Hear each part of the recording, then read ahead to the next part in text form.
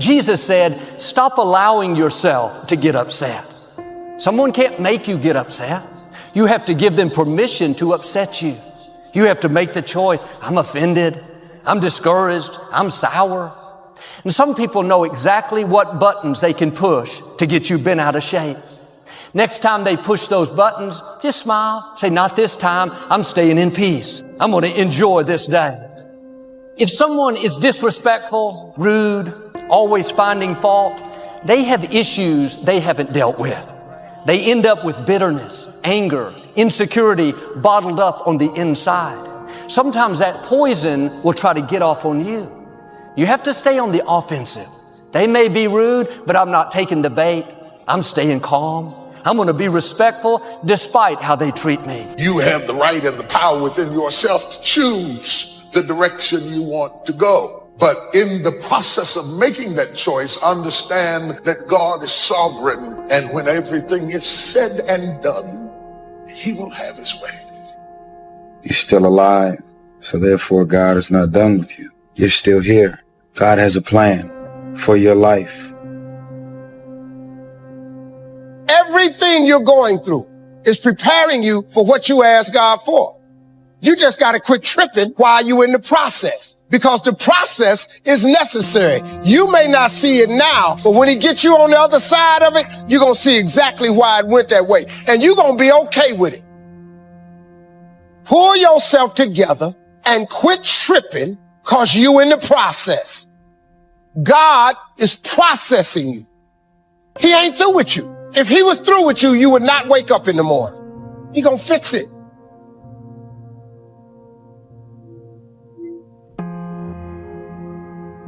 You can never shine trying to sit on someone else's sun. You can never figure out who you are if you're consumed in everything that everybody else is and what they're doing and the moves that they're making. There is a saying that you have to fake it until you make it. Most of y'all have been faking it for so long, you're never gonna make it. Most of y'all have been faking it so long, you now believe your own tricks.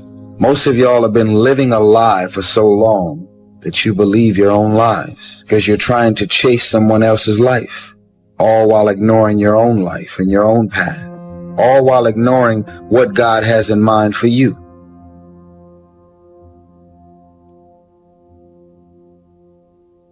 There's something in you, in your heart of hearts, that said, I'm not going to let anybody pull my strings. It said, I'm going to control my own personal economy. It said, I've got a dream I want to achieve. That said, I am the captain of my ship. That said, I'm going to control my destiny. And whatever it takes, I'm willing to do the work. In the morning, devour something. Throw your whole self at something. You'll never know what you can do and what you can be until you throw your whole self at it. Devour it. I mean, devour it. Don't try it. Devour it. Attack it. Attack it like you're going to kill it. Devour the prey. And in the evening, you divide the spoils. We have it backwards today. We want to divide the spoils in the morning. So we're blinging when we ought to be devouring. See, don't worry about whose name you wear when you're young. Worry about your name. What is the vision for your life? What are the ideas and the dreams for your life? What are you supposed to be doing? Who are you? What are your gifts and talents? What is your ultimate destiny and your goals? God will never give you something somebody else is supposed to have. There is an old person down inside of you that's dependent on you to be smart. It's the person you're going to be 30, 40 years from now. Do not disappoint that person by being foolish through the strongest years of your life. And then when your back is out and your knees are swollen and you can't move around, now you're out there going to get your grind on now? When I'm in a storm, I'm trying to gain control. But God's message to all of us whenever we feel like we are in a storm is not to keep control, but to keep courage. You keep courage and God will take control. He's going to get you through this storm. You just got to keep courage. If you get too tightly zoomed into this one scene or this one moment or this one struggle or this one issue, you're going to miss the bigger picture. God knows where to put you. He knows what He put in you. and he knows what he wants to do through you. How do you keep the faith? How do you keep your head above water? How do you march against the tide? How do you stand up when everybody around you seems to be falling down? How do you keep firm and solid footing when everything underneath you seems to be slipping away? How do you keep the faith? You've got to be born again. And when you're born again, there are some things you just have to take. Just some things you have to stand up under. There's just some fights you're going to have. Here's what leadership is. The challenge to be more than mediocre. The challenge to step up to a new level, a new dimension. And here's what this new dimension has. Opportunity and responsibility. But who wouldn't want the responsibility along with the opportunity if it builds an extraordinary life? You wouldn't want it any other way. The refinement of leadership. Make this list. Learn to be strong, but not rude. Some people mistake rudeness for strength. Rudeness we don't need. Strength we do need. Here's the next one. Learn to be bold, but not a bully. We need to boldly seize the day, boldly seize the opportunity, boldly seize the chance. But we don't need bullies. We don't need anybody to push anybody around. There's a whole new level of leadership. A new method of leadership. Here's what it is. Leadership by invitation. Not leadership by threat. Not leadership by intimidation. That now shows the weakness of the leader. That now shows ego at work instead of skills. But it's leadership by invitation. Invite somebody to a better way of doing things. Here's what else it's called. Leadership by inspiration. Inspiring somebody to make the necessary changes to move up or to get the job done. As leaders, we inspire. As leaders, we entice. As leaders, we invite, entice, inspire. Not threaten. New kind of leadership. Be bold, but not a bully.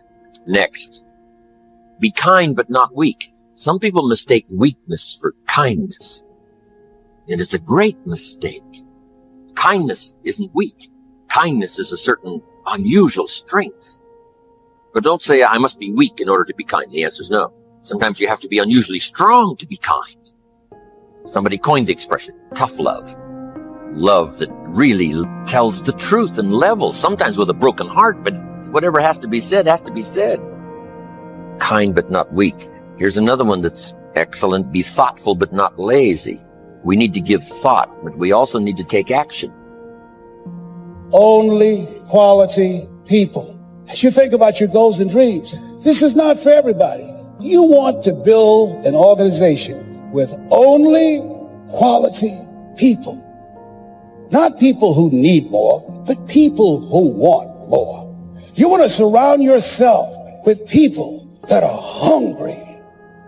People that are hungry are willing to do the things today others won't do in order to have the things tomorrow others won't have. If you do what is easy, always looking for a way to give yourself a pass, to let yourself off the hook, to do what everybody else is doing, a job, the journey of the broke. If you do what is easy, your life will be hard.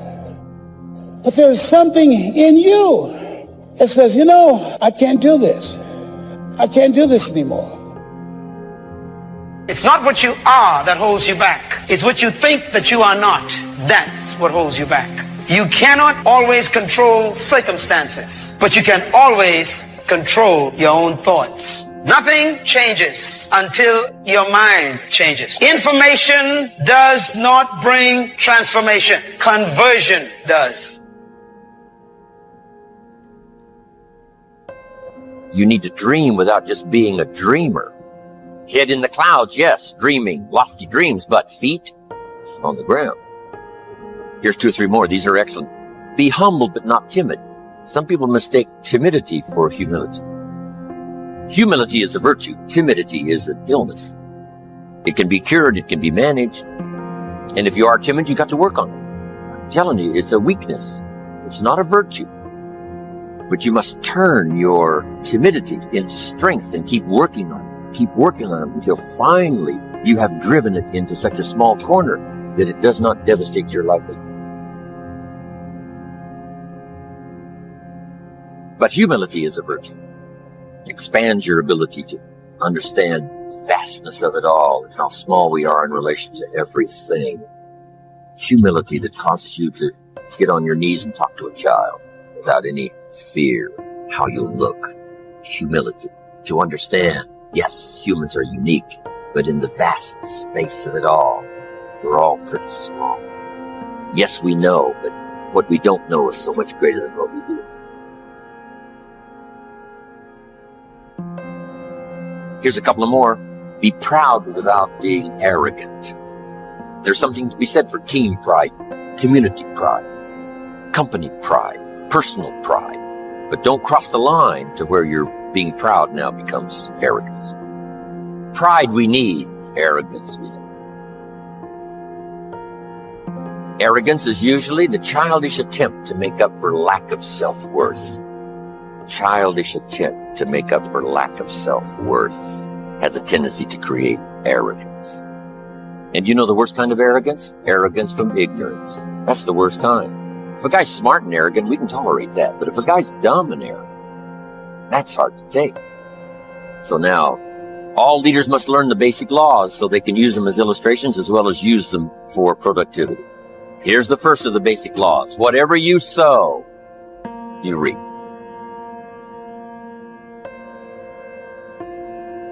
Now here's another way to put it on the positive side. In order to reap, you must sow. Reaping is reserved for those who sow, who plant. To deserve the harvest, you must plant the seed, take care of it in the summer, carefully harvest it, and then do wise things with the harvest. Now, here's the rest of the law of sowing and reaping. If you sow good, you reap good. If you sow bad, you reap bad. You can't sow bad and hope for good. You can't plant weeds and hope for flowers. It works both positive and negative. Now, here's something else about the law of sowing and reaping. You don't reap what you sow. You reap much more than what you sow. You've got to be careful sowing to the wind. It doesn't come back as a wind. It comes back as a whirlwind. That's on the negative side. But now it also works on the positive side. If you plant a cup of corn, how much do you get back? A cup? No, a bushel for the cup. You get back much more than what you plant. It's the reason for planting, for the increase. Positive, negative. Now here's the next key to the law of sowing and reaping. Sometimes it doesn't work at all. The farmer plants the crop in the spring, takes care of it all summer, is an honorable man, loves his family, is a decent citizen. But the day before he sends the combines into the field, a hailstorm comes along and beats his crop into the ground, and it's gone, it's lost. So this time it didn't work. So now what must the farmer do? He's got to decide whether to do it again or not. Shall we take another chance in the next spring? We would advise him to do so, even though he lost everything in the last harvest. And it didn't work. You didn't reap what you sowed. But here's the law of averages.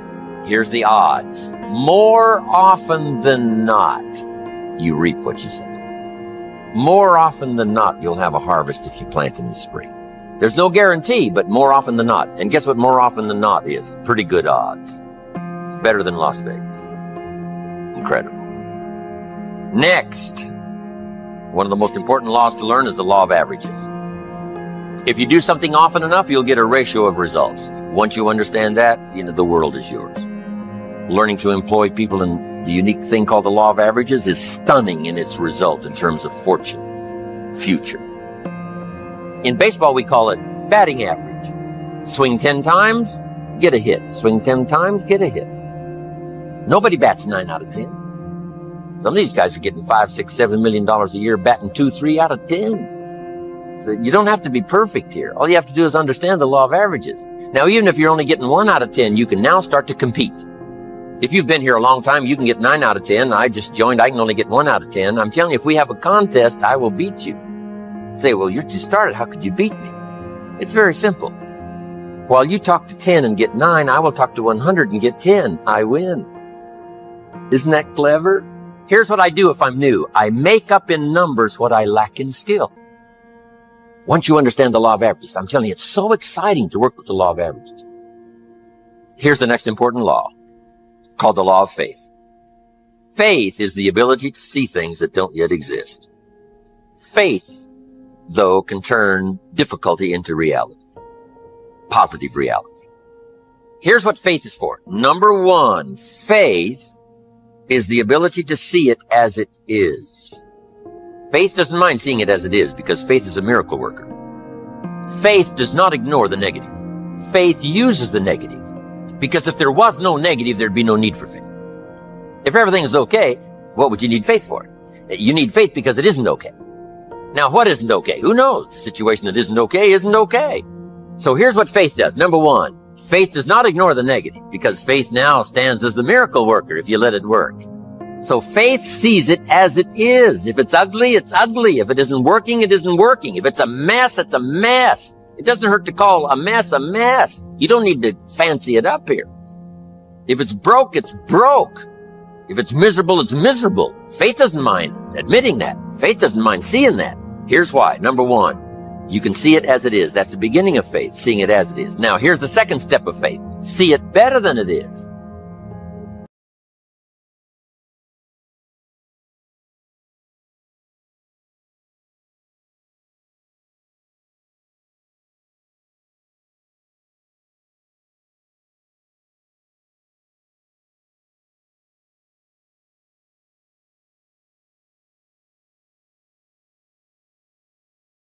Hello guys, welcome to our channel. Today we're gonna talk about listen to everybody.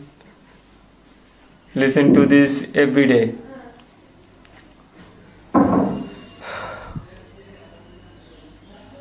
It's easy to lose state of what truly matters, to forget our inner state, and to neglect our personal growth. But every day presents an opportunity for renewal, for growth, and for transformation. This audio is our daily reminder that you are capable, reliant, and worthy of all the good that life has to offer. Let's beacon of hope, a source of inspiration, and a guiding light on our journey to self-discovery. As you listen to this word, let them sink deep into our soul. Let them ignite the fire within you, echoing your potential and empower you to live life authentically, possibility, and purposefully. Remember, you hold the power to create this life you desire. You are capable of overcoming any obstacle, achieving your dreams, and finding true happiness. So embrace each day with courage, grace, and discrimination. The landscape fell into a bright sunset, embracing a new beginning and endless. Thank you for joining us on this journey for transformation. Until we meet again, may you continue to thrive, grow, and shine your light brightly for the world to see.